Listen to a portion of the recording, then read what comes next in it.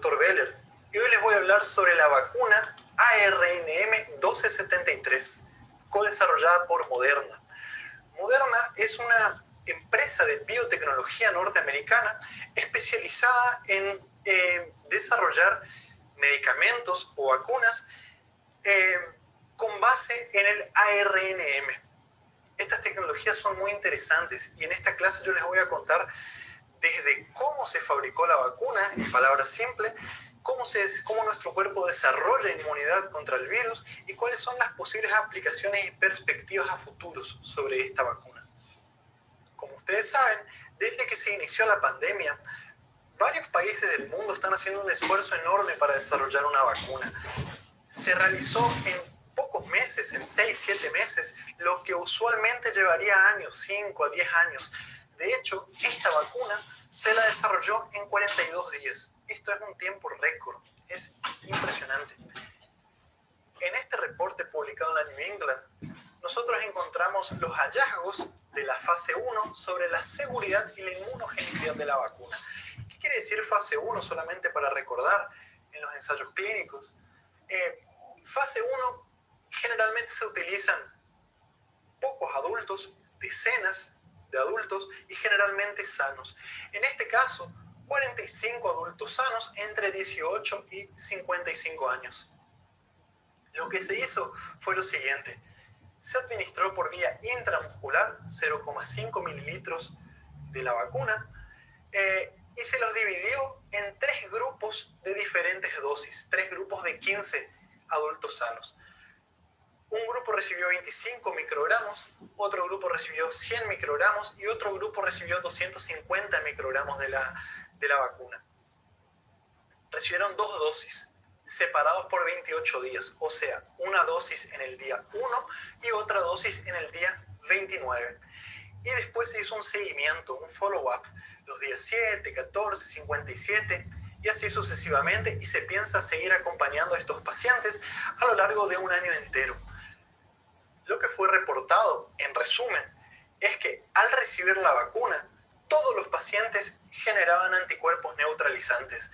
Se determinó la magnitud de estos anticuerpos por diferentes métodos, por ejemplo, por ELISA, que todos conocemos, y se hizo reaccionar estos anticuerpos para evaluar su actividad neutralizante contra el virus. Esto se hizo a partir de placas, ya se los voy a mostrar a continuación más detalladamente, pero más o menos al día 42, 43, estos anticuerpos eran capaces de neutralizar en por lo menos 80% la infectividad viral. Eso se lo hizo a partir de hacer reaccionar los anticuerpos en placas que contenían al virus salvaje, ¿sí? Y por otros diferentes métodos también. Además de generar anticuerpos neutralizantes, genera también inmunidad celular. Y esto les voy a dejar para comentar a detalle, con más detalles a continuación cuando hablemos un poco de fisiopatología. Y también se vio que la vacuna es segura, o sea, está aprobada para seguir investigándose en estudios de fase 2, fase 3 y finalmente ponerlo en la práctica, quizás en el 2021. A continuación yo les voy a contar qué quiere decir vacuna de ARNM, cómo ella funciona, cómo está formada y cómo hace para que desarrollemos inmunidad contra el virus. Vamos a hablar de esos mecanismos tan fascinantes de inmunología. Les voy a contar también cuáles son los datos sobre la seguridad de la vacuna y cuáles son las perspectivas a futuro. Pero antes, rápidamente, les quería contar que los anticuerpos neutralizantes generados por esta vacuna van contra la proteína Spike. ¿Sí?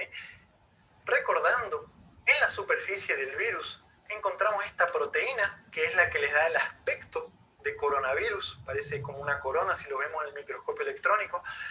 Esta proteína Spike está formada por 2 subunidades, la subunidad S2 y la subunidad S1.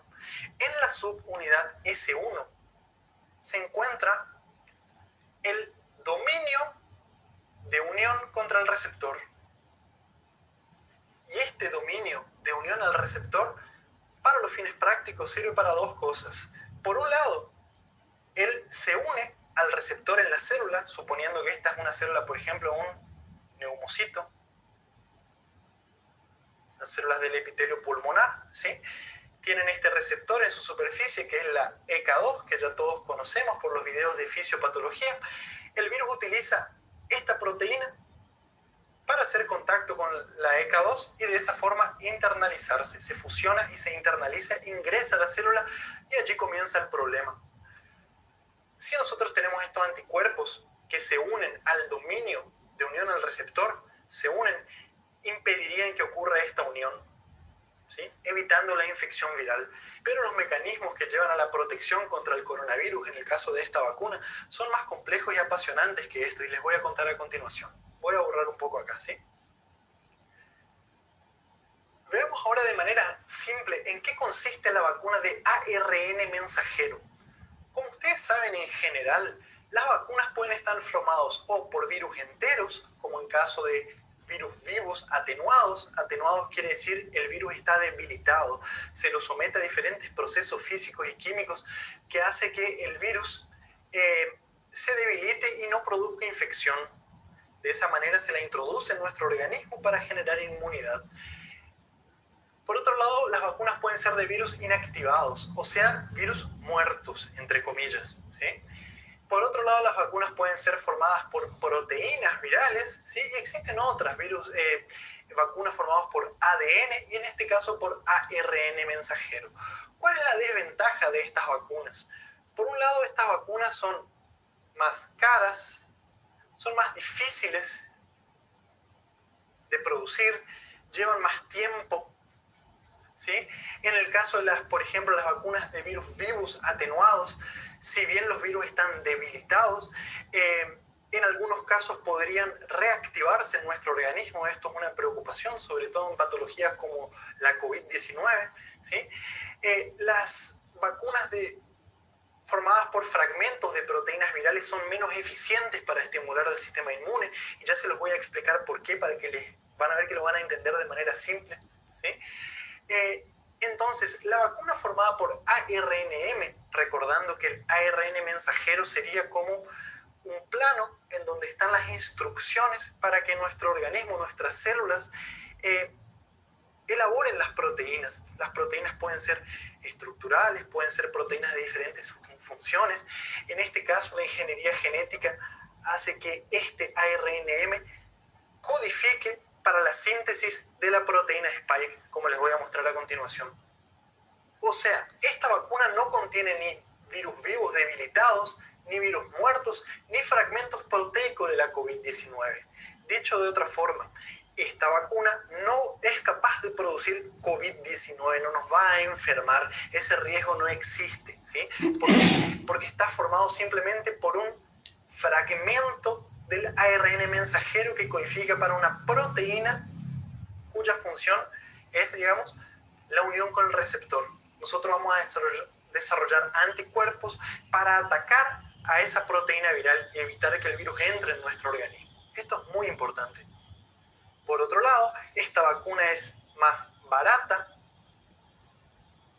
es más fácil, según los especialistas en el área, ¿sí? Es más simple de fabricar, y por otro lado lleva menos tiempo. En este caso, se la construyó en 42 días, un tiempo récord. ¿Qué es lo que se hizo? Lo primero de todo, se aisló al virus de un paciente infectado en China, ¿sí? Cuando comenzó la pandemia. Se estudió a este virus y se secuenció, ¿sí? Su información genética, y a partir de esta secuencia, cuando se la conoció, ¿sí? Se la subió a una plataforma pública, se subió esta secuencia genética. Una vez hecha pública esta secuencia genética, se identificó qué parte de esta secuencia genética del virus correspondía a la proteína Spike. Una vez que se la conoció y se la obtuvo, la biotecnología se utilizó para construir una forma sintética de esta proteína. ¿De qué forma? Se elaboró por diferentes mecanismos complejos un ARNM que contenía esta información genética. ARNM. Y les repito, se utilizó solamente esta secuencia del virus y se la modificó para formar un antígeno que nosotros llamamos de antígeno S2P. Es como se llamó a este antígeno, el cual es en realidad una forma modificada de la proteína Spike. O sea, este ARNM, hecho de manera sintética, sirve para sintetizar a este antígeno, el cual es la proteína Spike modificada. Ya les voy a mostrar con más detalles a continuación. Pero lo importante que se entienda acá no es el virus completo el que se utiliza. O sea, es como si hicieran solamente la secuencia genética de mi dedo y no de mi cuerpo completo. O sea, esta vacuna no es capaz de provocar una infección por SARS-CoV-2. Cuando una persona se infecta con el SARS-CoV-2, desarrolla anticuerpos neutralizantes en algunos casos contra esta proteína justamente. El suero o el plasma de los pacientes que tuvieron la infección tienen estos anticuerpos. Y se utilizó esos sueros, digamos, para comparar con los pacientes que se vacunaron, para ver si desarrollaban igual o mayor cantidad de los mismos anticuerpos. Y eso es lo que se obtuvo con este estudio. Ahora, a título de curiosidad, cuando los científicos desarrollaron este ARNM, ellos modificaron la secuencia genética. ¿Para qué? Para que cuando nuestro cuerpo sintetice, o sea, elabore la proteína Spike, lo haga de manera estabilizada. O sea, que la proteína Spike esté estabilizada en su forma de prefusión. Y esa es la diferencia con la proteína Spike del virus salvaje. ¿Qué quiere decir en su estado de prefusión? Como ustedes saben del video de fisiopatología, y ya les digo que tienen que mirar el video de actualización de julio de la fisiopatología de la COVID-19, donde se explica con más detalles, ¿sí? El virus, cuando se va a unir con el receptor ECA, la subunidad S1 y S2 se produce como un clivaje entre esas unidades, y de esa manera el dominio de unión al receptor se puede unir de manera más efectiva con su receptor y provocar la fusión y la entrada viral. Entonces, esta proteína Spike está en su forma estabilizada. ¿Y para qué? Porque según los investigadores, esto genera mayor cantidad de anticuerpos, es más inmunogénica. O sea, esta proteína todavía no está clivada. Eso nomás a título de curiosidad, ¿sí? Esta vacuna, además del ARN mensajero, tiene esta estructura que está aquí, que es una nanopartícula lipídica. ¿Cómo está formada y para qué sirve esta nanopartícula lipídica? Está formado por 4 tipos de lípidos diferentes, los cuales le dan estructura a esta molécula y también le dan protección. Si nosotros introducimos en nuestro organismo ARN mensajero desnudo, o sea, sin algo que lo proteja, es rápidamente degradado por ARNasas, o sea, por enzimas que son ubicuas, están en todos lados y degradan muy rápidamente al ARN. Entonces no tendría sentido introducir solamente ARNM. Esta nanopartícula lipídica, además de servir como estructura, lo protege de estas ARNasas, ¿sí? Además, estas nanopartículas lipídicas están decoradas, como dice el artículo, ¿sí? Con diferentes elementos químicos que hace que no produzca grandes efectos adversos en nuestro organismo y que además se pueda dirigir a la célula blanco, en este caso las células del sistema inmune, interactuar con la membrana de estas células y provocar lo que llamamos transfección. Yo se los voy a escribir. Entonces, de esta forma se fabricó la vacuna, la cual, y perdónenme mi dibujo aquí, ¿sí?, se la introduce por vía intramuscular en el deltoides, que es lo que yo quise hacer acá, y ese líquido conteniendo este material va a viajar por los ganglios linfáticos hasta llegar a su célula blanco, que son las células del sistema inmune, principalmente las células presentadoras de antígenos profesionales, células dendríticas, macrófagos, y en algunos casos linfocitos B, pero principalmente macrófagos y células dendríticas. Yo anteriormente les había dicho que de esta forma se produce la transfección. ¿Qué quiere decir transfección? La transfección es la introducción voluntaria de material genético dentro del citoplasma de las células. Ahora yo les voy a mostrar cómo se produce esto a partir de que nosotros inyectamos este líquido en el paciente conteniendo este material. Voy a borrar esto acá y se los voy a poner aquí adelante, si es que ocurre a partir de ahora. Fíjense lo que tenemos acá. Esto es la transfección que yo les estaba diciendo, o sea, la introducción voluntaria de material genético dentro del citoplasma de la célula. Entonces, por un lado, acá para mostrarles que si introducimos ARNM desnudo en nuestro organismo, rápidamente estas enzimas, que son las ARNasas, las destruyen, ¿sí? Destruyen al ARNM. Entonces, acá tenemos la partícula de ARNM rodeado por la nanopartícula lipídica. Esos lípidos se dirigen por los ganglios linfáticos y por la sangre hacia las células blanco, que en este caso serían las células del sistema inmune. Por ejemplo, un macrófago o una célula dendrítica. Esta membrana, esta nanopartícula lipídica, se fusiona con la membrana plasmática de la célula blanco y se produce un endosoma, o sea, la nanopartícula ingresa por endocitosis, formando una vesícula dentro del citoplasma de la célula. Dentro de esta vesícula, este endosoma, rápidamente el pH disminuye, se acidifica ese pH, lo cual permite, digamos, que se degrade, se rompa la membrana lipídica y también la nanopartícula lipídica, y el material genético, el ARN, se vuelque al citosol de la célula. En ese momento, la molécula de ARN mensajero que está acá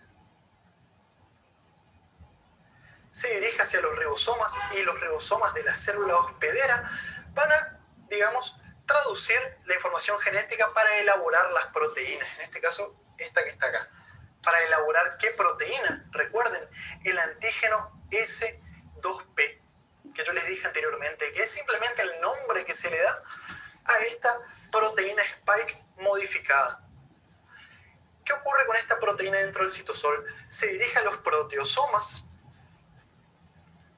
Se los pongo acá. Vamos a dar cuenta que esto que está acá es un proteosoma. Los proteosomas degradan, rompen a esta proteína, y dentro del retículo endoplasmático se ensambla.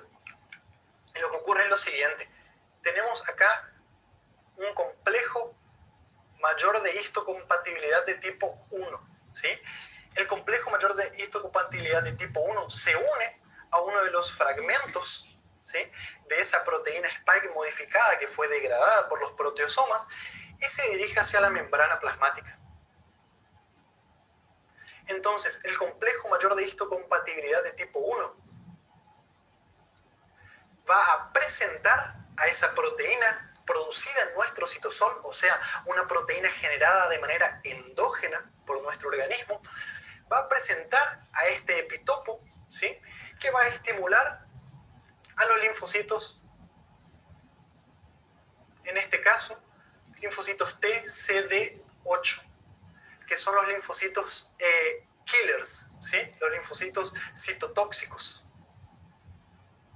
Recuerden que cuando una proteína se elabora de manera endógena en nuestro citosol, como por ejemplo tras una infección viral, ¿sí?, o en este caso las vacunas, ¿tá?, esas proteínas generadas de manera endógena van a ser presentadas por el complejo mayor de histocompatibilidad de tipo 1. Este complejo mayor de histocompatibilidad se encuentra presente en básicamente todas las células nucleadas. ¿Y cuál es su función? Presentar proteínas formadas endógenamente al linfocito T citotóxico, CD8. ¿Para qué? Para cuando ocurra una infección, este linfocito T reconozca más rápidamente a este antígeno presentado, y de esa manera libere perforinas, grancinas, o sea, sustancias químicas, les pongo acá, ¿sí?, perforinas y grancinas, las cuales van a destruir, van a inducir la apoptosis de la célula infectada. Entonces, posteriormente, cuando ocurra una infección, esto va a ocurrir de manera mucho más rápida. Ahora, esto no es lo más importante que ocurre con esta vacuna, y esta parte es un poco compleja de explicar. Por favor, presten atención aquí, ¿sí? Como esta nanopartícula lipídica se introduce en el citoplasma de la célula por una vía de fusión de las membranas o por endocitosis, y por diferentes vías alternativas, estas proteínas proteínas generadas de manera endógena también son presentadas a través del complejo mayor de histocompatibilidad de tipo 2. ¿Y por qué yo les hago esta resalva? Porque clásicamente, para que una proteína sea presentada por el complejo mayor de histocompatibilidad del tipo 2, tiene que ser fagocitada, o sea, tiene que ser una proteína exógena. En este caso es una proteína endógena, fue generada por síntesis intracelular. ¿Sí? Esa es la diferencia, si ustedes recuerdan los conceptos básicos de inmunología. Ahora, hay un paréntesis allá abajo en la página de los libros, sí, escondido, que dice que existen algunas vías alternativas, vías no clásicas de presentación de proteínas endógenas. Y este es uno de los casos. ¿Sí? Estas proteínas entonces también son presentadas a través del complejo mayor de histocompatibilidad de tipo 2. ¿Y cuál es la importancia de esto? A través de esta presentación se produce la interacción con los linfocitos T CD4, o sea, los linfocitos T helpers. ¿Y dónde está este complejo mayor de histocompatibilidad de tipo 2?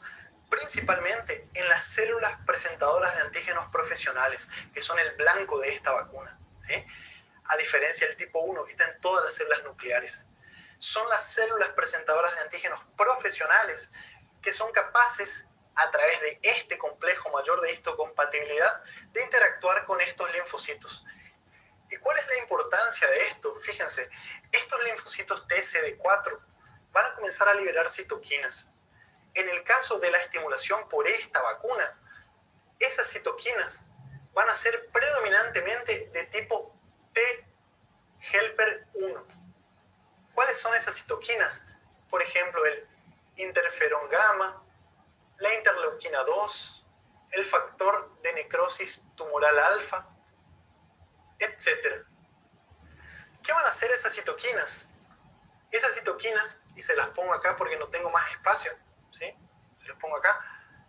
Por un lado, van a estimular a estos, ¿sí? Van a estimular a los linfocitos T citotóxicos. Se va a expandir el sistema inmune, ¿eh? Va a aumentar la inmunidad de tipo celular. Por otro lado, estas citoquinas van a activar a los macrófagos, van a aumentar la inmunidad de tipo celular contra los patógenos intracelulares, en este caso, los virus. Y por otro lado, van a estimular a los linfocitos B, a que se produzcan linfocitos B de memoria, y también a que se diferencien a células plasmáticas. Estas células plasmáticas van a generar inmunoglobulina G, en este caso de tipo neutralizante contra la proteína Spike del virus. De esta forma, cuando la persona se infecte por el SARS-CoV-2, ya va a tener una expansión de estas células, van a tener células T-helpers de memoria, linfocitos B de memoria, células plasmáticas y anticuerpos neutralizantes. O sea, esta vacuna estimula los dos brazos del sistema inmune, tanto a la inmunidad celular como a la inmunidad humoral, pero principalmente a la inmunidad humoral. Es más importante esta respuesta. Dicho de otra forma, si el virus entra en nuestro organismo, probablemente él no nos va a infectar o nos va a infectar menos, ¿sí? Se va a reducir bastante la infectividad, y en el caso de que infecte alguna célula, ya van a haber linfocitos T citotóxicos para que esas células infectadas sean destruidas. Esto es complejo, te recomiendo que vuelvas, lo mires de nuevo, te acompañes con el PDF que les dejo en nuestro sitio web, pero es básicamente ese mecanismo inmunológico tan fascinante y apasionante. Pido disculpas si hay algún inmunólogo viendo este video, si no estoy a la altura, pero lo quise explicar de manera simple, a partir de los artículos que les dejo en la bibliografía, ¿sí? A continuación, y para terminar, les voy a contar cuáles fueron los resultados reportados en este estudio de fase 1 sobre esta vacuna. Veamos de manera resumida los datos de la seguridad. Las estadísticas, los números específicos pueden leernos en el artículo o en el resumen que les dejo en la página web, ¿sí? Pero en general, recuerden que los pacientes eran divididos en 3 grupos. Los grupos que recibieron 25 microgramos, 100 microgramos y 250 microgramos. de la totalidad de pacientes que se vacunaron, 3 de ellos no recibieron la segunda dosis. ¿Por qué? Uno de ellos tuvo una reacción alérgica en las piernas, una urticaria en las piernas, que se atribuyó a la vacuna, entonces no se le dio la segunda dosis. Y 2 de ellos perdieron el día de la vacunación porque tuvieron un síndrome gripal que se sospechaba que era COVID-19, no por causa de la vacuna, por causa de que capaz se infectaron en algún otro lugar. Entonces se los aisló y no pudieron recibir la vacuna. Posteriormente no se confirmó COVID-19 en esos pacientes. Habrá sido tal vez algún otro virus, pero en definitiva perdieron el día de la vacunación. De los pacientes que recibieron todas las dosis, ¿qué ocurrió? Después de la primera dosis, los pacientes que recibieron 25 microgramos, menos del 50% relataron efectos adversos. Ya les voy a decir cuáles eran los efectos adversos. Ahora, de los pacientes que recibieron 100 microgramos y 250 microgramos, más del 50% reportaron efectos adversos. ¿Cuáles eran esos efectos? Dolor local en el sitio de la inyección, mialgias, artralgias, fatiga, ¿estamos? Fiebre en algunos casos. Después de la primera inyección y de la segunda inyección también, los que recibieron 25 microgramos, ninguno de ellos tuvo fiebre. Los efectos adversos fueron mayores en los pacientes que recibieron la mayor dosis, 100 o 250, y en general, acá, más del 40% de estos que recibieron la mayor dosis reportó fiebre, principalmente después de la segunda inyección. Ahora, el 100% de estos pacientes con las mayores dosis reportó algún tipo de efecto adverso, pero de nuevo, ningún efecto adverso grave y generalmente después de la segunda inyección. Resumiendo y de manera general, ¿sí? Considerando todas las vacunas y todas las dosis, los efectos adversos fueron más del 50%, pero ningún efecto adverso grave. Los efectos adversos ocurrieron principalmente en los que recibieron las dosis mayores. Con respecto a la respuesta inmune, recuerden que es de tipo humoral, como les dije anteriormente, y de tipo celular. Todos los pacientes, ¿sí? El 100% de los pacientes tuvieron seroconversión después de la primera dosis, ¿sí? Más o menos los 15 días desarrollaron anticuerpos. Ahora, no todos esos anticuerpos eran neutralizantes. Hay 2 tipos de anticuerpos que se formaron. Anticuerpos de unión a la proteína Spike y anticuerpos neutralizantes. Y fíjense cómo no es lo mismo unirse que neutralizar. Fíjense esta analogía simple, ¿sí? Imaginémonos que tenemos una persona que quiere hacer daño, tiene un cuchillo acá, y los anticuerpos se unen a su cabeza, ¿eh? Él puede continuar haciendo daño. O sea, este individuo no está neutralizado. Para neutralizarlo, además de unirse, ellos tienen que unirse y provocar neutralización. Por ejemplo, aquí en las manos, ¿sí? Acá estos son neutralizantes. Estos que están acá no son neutralizantes. Entonces, todos los pacientes desarrollaron anticuerpos, pero menos del 50% después de la primera inyección desarrolló anticuerpos neutralizantes. Y los títulos de anticuerpos tendían a caer antes de la segunda inyección. Por eso es necesario este refuerzo, ¿sí? Esta segunda dosis. Los anticuerpos eran dosis dependientes. ¿Qué quiere decir eso? Los que desarrollaron más anticuerpos y más neutralizantes eran los que recibieron las dosis mayores, de 100 y 250 microgramos. Ahora, no hubo mucha diferencia en la magnitud de anticuerpos producidos entre estas dos, ¿sí? Fue similar. Entonces, ¿qué podemos ir concluyendo de manera simple acá? No hay diferencia en la producción de anticuerpos entre estas dos, pero sí hay diferencia de efectos adversos. Fueron mucho mayores en estas dosis. Por otro lado, los pacientes que tomaron 25 microgramos tenían menor cantidad de efectos neutralizantes. Entonces, ya respondiendo acá a la tercera pregunta, ¿cuál fue el mejor perfil? Bueno, principalmente estos acá, los que recibieron 100 microgramos. ¿Vamos? Ahora, siguiendo con la seroconversión, se los pongo acá. Después de la segunda dosis, el 100% de los pacientes desarrolló anticuerpos neutralizantes, incluyendo los que recibieron 25 microgramos. ¿Cómo se los comparó? Se comparó la magnitud de anticuerpos producidos y también la capacidad neutralizante con placas, con virus salvajes y con otros métodos. Y también se comparó la cantidad de anticuerpos que ellos tenían con el suero de pacientes que se infectaron previamente de COVID-19, o sea, con sueros convalecientes. Los títulos de anticuerpos generados por la vacuna después de la segunda dosis fue mayor que el de los pacientes infectados. Fue igual o mayor en la mayoría de los pacientes, ¿sí? De anticuerpos neutralizantes. Por otro lado, la respuesta inmune también fue celular. Recuerden que yo les dije anteriormente, ¿sí? Se desarrolla una respuesta inmune celular de tipo T, CD4, con predominio de citoquinas de tipo T helper 1, los cuales van a estimular a los linfocitos T, CD8, van a estimular también a los macrófagos y también van a estimular a la formación de inmunoglobulina G. O sea, los dos brazos de la inmunidad está estimulada por esta vacuna, tanto humoral como celular. ¿Cuál fue la de mejor perfil? Como les dije anteriormente, la de 100 microgramos produce más anticuerpos neutralizantes que la de 25 microgramos y menos efectos adversos que la de 250 microgramos.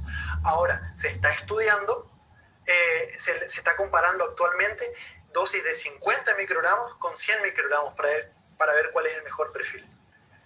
¿Cuánto tiempo duran los anticuerpos? Todavía no sabemos.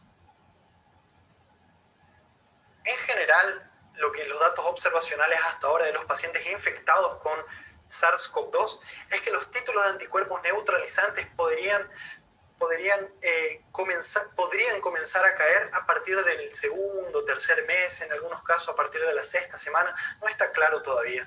Con la vacuna mucho menos aún, porque recién se la fabricó.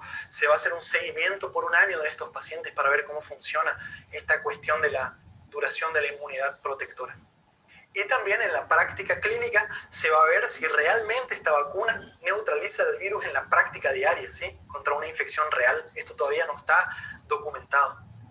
Por último, ¿qué puede ocurrir si alguna vacuna en general, no solamente esta, desarrolla anticuerpos que son solamente de unión y no neutralizantes? Fíjense, les pongo acá, tenemos anticuerpos que no son neutralizantes. ¿Qué puede ocurrir? Ellos se unen a la proteína Spike, pero en vez de impedir la unión en la célula, ellos facilitan la unión en la célula. ¿Cómo? Porque estos anticuerpos les sirven como puerta de entrada. Interactúan con receptores de células, por ejemplo, del macrófago, ¿sí? Y se facilita la entrada del virus. El virus se propaga, se divide, se generan copias virales y se produce un aumento de la infectividad. Este mecanismo por el cual los anticuerpos facilitan la entrada del virus y aumentan la infectividad viral se llama, por sus siglas en inglés, Antibody Dependent Enhancement. De las siglas en inglés, AD. Y esto es una preocupación frecuente cuando se fabrica una vacuna. Me olvidé de decirles acá, y anótenlo, con respecto a la seroconversión. Después de la segunda dosis, más o menos al día número 43, ¿sí? En media, los pacientes tenían anticuerpos neutralizantes suficientes para disminuir la infectividad viral en el laboratorio de por lo menos el 80%. Esto que está acá es importantísimo. Entonces, en resumen, esta vacuna estimula ambos brazos de la inmunidad, genera anticuerpos neutralizantes y en general los efectos adversos reportados no son graves. Entonces esto dio el pie y se aprobó para que continúen haciéndose estudios en fase 2 y fase 3. A medida que vayan saliendo nuevos reportes, nuevos resultados, yo voy a actualizar estos videos para continuar manteniéndolos informados. Si te gustó el video, por favor déjame tu comentario, compartí el link de este video en tus grupos de WhatsApp, Telegram, en fin. Si vos hiciste un dibujo mejor que el mío, mándamelo por las redes sociales, por Instagram. A mí me gusta republicar los dibujos que hacen los seguidores. Y bueno, nos vemos muy pronto con mucho más material. Chau, chau.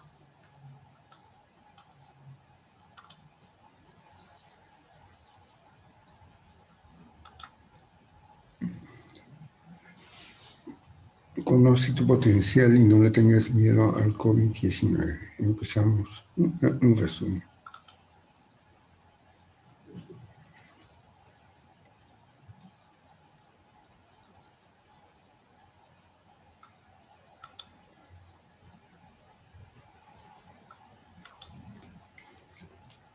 Como ustedes podrán haber deducido de la exposición anterior, la vacuna es vía el ARN mensajero, quiere decir que va a ocurrir un cambio en el ADN, una modificación del ADN que está orientado a los anticuerpos para que puedan vencer con facilidad al virus y no dejar que se reproduzca en la célula que ellos usan para reproducirse. Eso quiere decir que la reproducción de COVID-19 prácticamente va a ser nula. Acá vemos un poco el genoma. El genoma tiene entre 30.000 a 40.000 genes.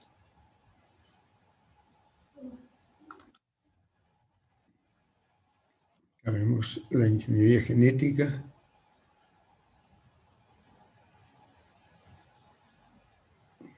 Las técnicas de ingeniería genética son las que se están aplicando para las nuevas vacunas.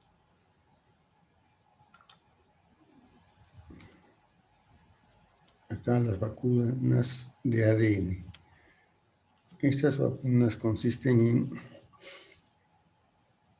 en inyectar el virus en un animal y atenuarlo, o sea, debilitarlo para después inyectarlo en el ser humano y se generen los anticuerpos. Acá mencionamos los virus. Y como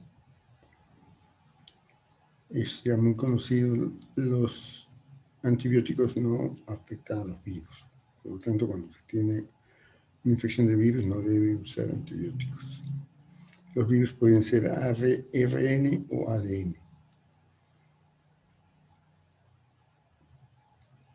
Para virus ADN se usa el método de atenuación del virus que previamente ha sido inoculado a un animal. En el caso del virus ARN, estos son vía modificación del ADN usando el ARN mensajero. Acá mencionamos que el ser humano empieza con la célula cigoto. Es una célula que tiene todos los elementos para producir el nuevo ser humano. Mide alrededor de 200 micrómetros.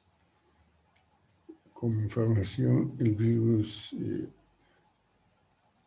COVID-19 mide 125 micrómetros.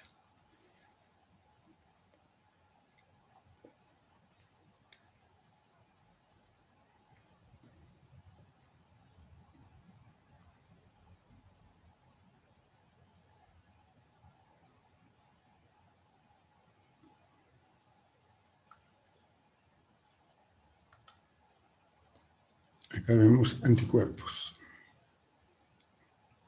Son los que permiten al organismo humano defenderse de cualquier invasor.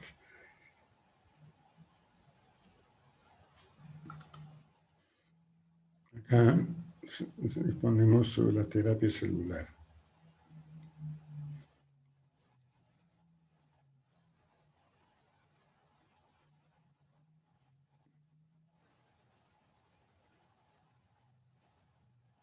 La terapia celular describe el proceso de introducir nuevas células en un tejido para poder tratar una enfermedad.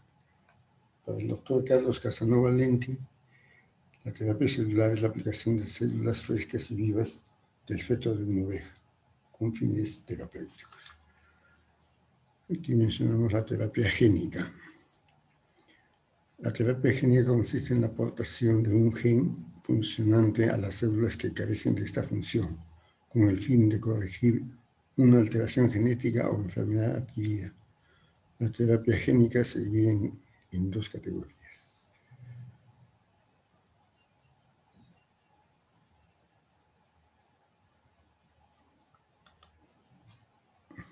Acá comentamos a Hipócrates, un médico de la antigua Grecia que ejerció durante el llamado ciclo de Pericles, 450 años antes de Cristo, y dijo que el cuerpo humano tiene la capacidad de defenderse de cualquier invasor. Se le considera el padre de la medicina.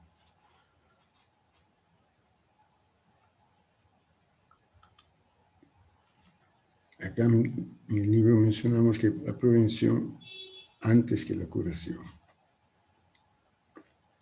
Y vemos la camilla Seragen,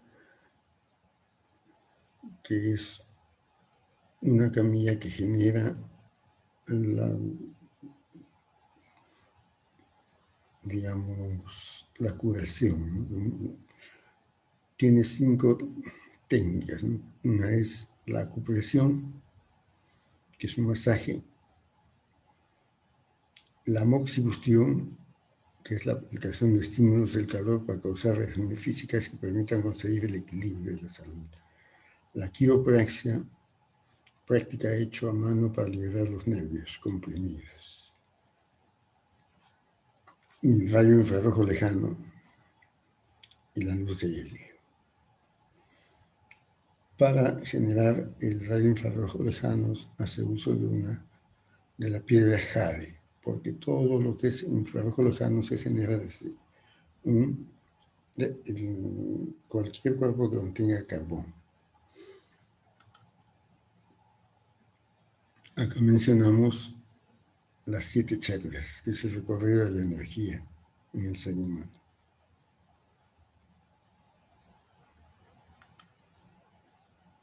Mencionamos los rayos infrarrojos lejanos.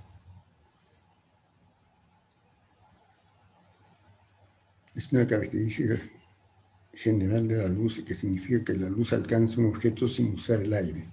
Por ejemplo, la luz del sol alcanza la Tierra a través del vacío, del espacio, por la radiación.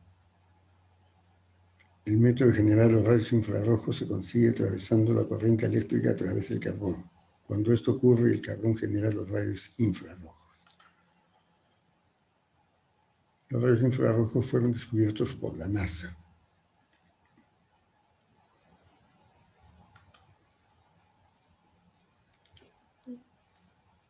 Acá mencionamos los nutrientes y hablamos del Ganoderma, hongo que crece en China, que tiene 400 nutrientes. En segundo lugar, la espirulina, que es una microalga que posee 280 nutrientes. Después la maca, que contiene 23 aminoácidos, de los 27 que tiene el ser humano. La papaya, la cañigua, y es importante lo que mencionó un doctor chino, que logró producir el Ganoderma y la espirulina en polvo. Nos dice que los músculos son controlados por el estómago. Cuando el oído falla es un problema del riñón. Cuando falla la vista es un problema del hígado. No se necesita saber qué virus uno posee, lo importante es fortalecer el sistema inmune. Las reacciones son el lenguaje del cuerpo. La reacción es el mensaje del cuerpo. Las reacciones las causa el sistema inmune. Tu cuerpo frente al COVID. El fármaco antiviral Favipiravir ha acelerado la curación del COVID-19 en 2 estudios con un total de 340 pacientes realizados en Wuhan, China.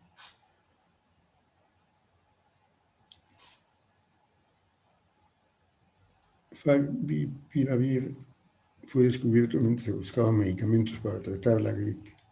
Así, este reciente fármaco antiviral cuenta con una intensa actividad inhibitoria sobre la ARN polimerasa y ARN dependiente de la mayoría de los virus con genoma ARN. Su mecanismo de acción consiste en el bloqueo de la replicación viral y en la inducción de una mutagénesis letal que supone la pérdida de la actividad infectiva de los virus gripales.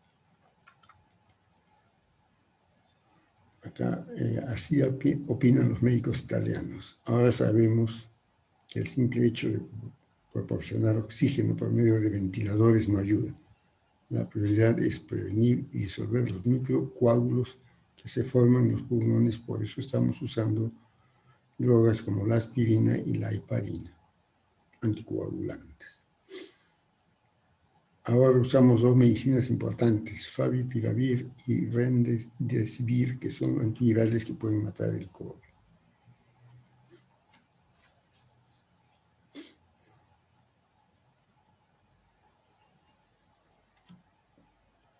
En estadísticas desde el 8 de abril del 2020 hasta el 4 de julio del 2020, en China 15 muertos por día, El Salvador 2 muertos por día, el Perú 120 muertos por día. Eso dice que en el Perú estamos mal. Los especialistas, ¿qué dicen? La doctora María Eugenia Barrantes, microbióloga, dice que estamos ante un virus conocido, hermano del SARS-CoV-2, que ya tuvimos. Si estudiamos lo que ya pasó, tenemos material para decidir por dónde ir.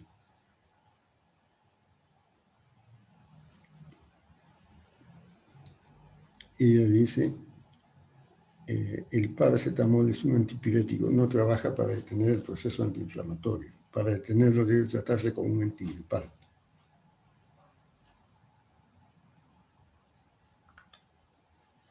La doctora Chinda Brandolino.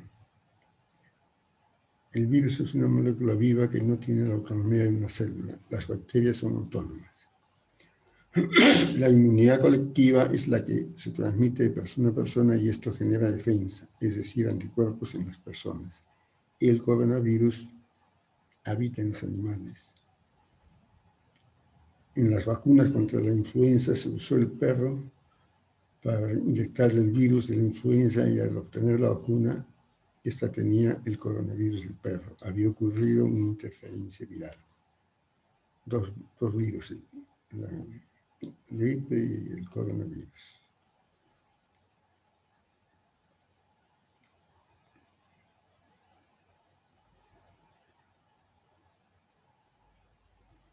Adicionalmente, la doctora dice que todas las vacunas producen efectos colaterales. Eso lo afirmó el premio Nobel en Medicina, el científico francés Luc Montagnier.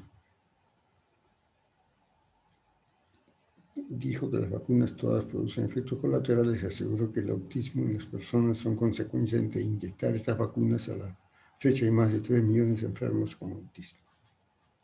Al analizar las mascarillas se han encontrado un montón de gérmenes, además del COVID, por lo que no está de acuerdo con el uso de mascarillas. Estas además producen estrés. La doctora Judy Mikovits, que dice, al no tener máscaras tendremos un sistema inmune fuerte. Nuestro sistema inmune está acostumbrado al tacto. Compartimos estafilococos, bacterias, estreptococos, virus. Desarrollamos una respuesta inmune. Los componentes básicos de tu sistema inmune son los virus y las bacterias. Esa es la verdad. Usar la mascarilla activa tu propio virus.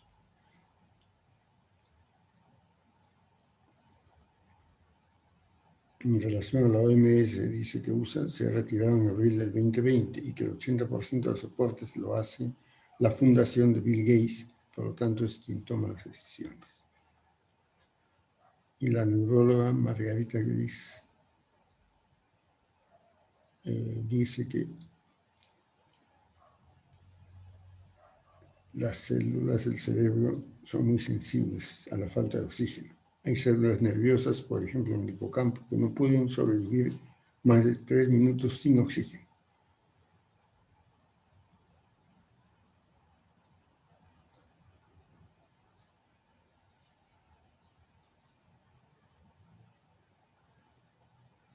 El segundo problema del cerebro es que las células nerviosas no se dividen. Esto significa que si el gobierno nos permitiera generosamente volver a respirar oxígeno, en unos pocos meses las células nerviosas perdidas no se recuperan mediante la división celular. Lo que se fue, se fue. Y el doctor Peter Gottschalk dice que nuestros alimentos recetados son la tercera causa de la muerte, después de las enfermedades cardíacas y el cáncer. Nuestros fármacos matan como 200.000 personas en Estados Unidos cada año. Y la mitad de estas personas mueren mientras hacen lo que su médico les ha dicho. Entonces mueren a causa por los efectos secundarios.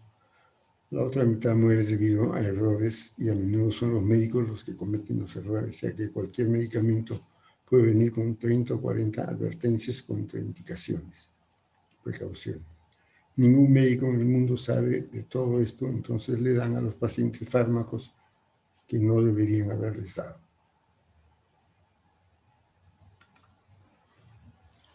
Pautas para controlar el estrés. Para Gurdjieff, el hombre es un ser plural, no hay tal yo, decía, o más bien hay cientos, miles de pequeños yo en cada uno de nosotros. Al nacer el niño es esencia, un ser con esperanza, pero a medida que crece, pierde su particularidad a causa de las experiencias reales. Se va formando la personalidad, nuestra máscara o revestimiento social, que ahoga la esencia invadida por la legión de Dios. En el dominio del cuerpo, acá presentamos lo que está en el libro de Bruce Lee. Dice, la sabiduría no consiste en arrebatar lo bueno al diablo, sino en aprender a montarlo, como un corcho que se adapta a sí mismo sobre las crestas y las cimas de las olas. Abandónate a la enfermedad, estate con ella, quédate en su compañía, es el modo de librarse de ella.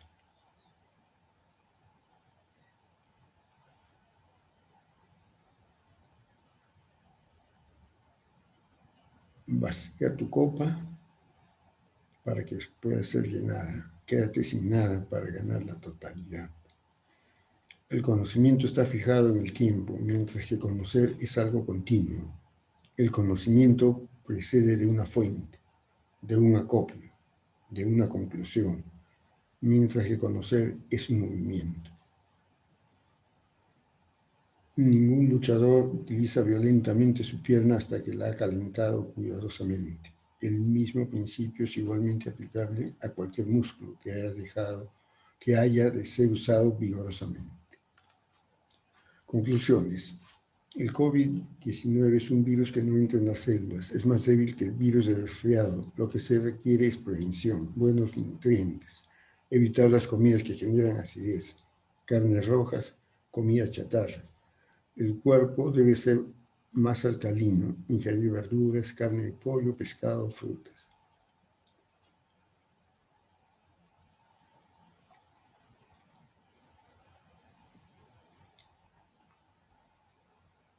Así dicen los médicos italianos. Ahora usamos dos medicinas importantes, Favipiravir y Remdesivir, que son antivirales que pueden matar el coronavirus. Muchos especialistas opinan que es mejor volver a las condiciones anteriores a la cuarentena. No. Y que resulta fácil, ya que el virus no amerita el peligro que tiene, resulta fácil de contraerlo, sumado al estrés provocado por políticos, médicos y algunos periodistas, es letal. Visión de futuro.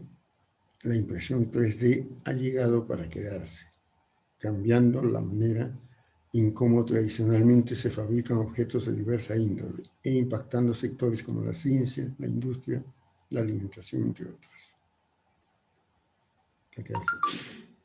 Industria alimentaria, interfaces neuronales y sistemas máquina-cerebro. Debido a la alta incidencia de personas en situación de discapacidad motora y sensorial, la investigación en el desarrollo de interfaces neuronales y sistemas de comunicación máquina-cerebro ha tenido gran auge.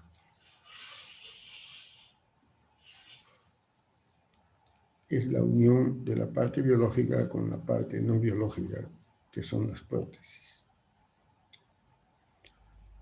Algunos de los más estudiados son neuroprótesis, exoesqueletos, robots telemétricos.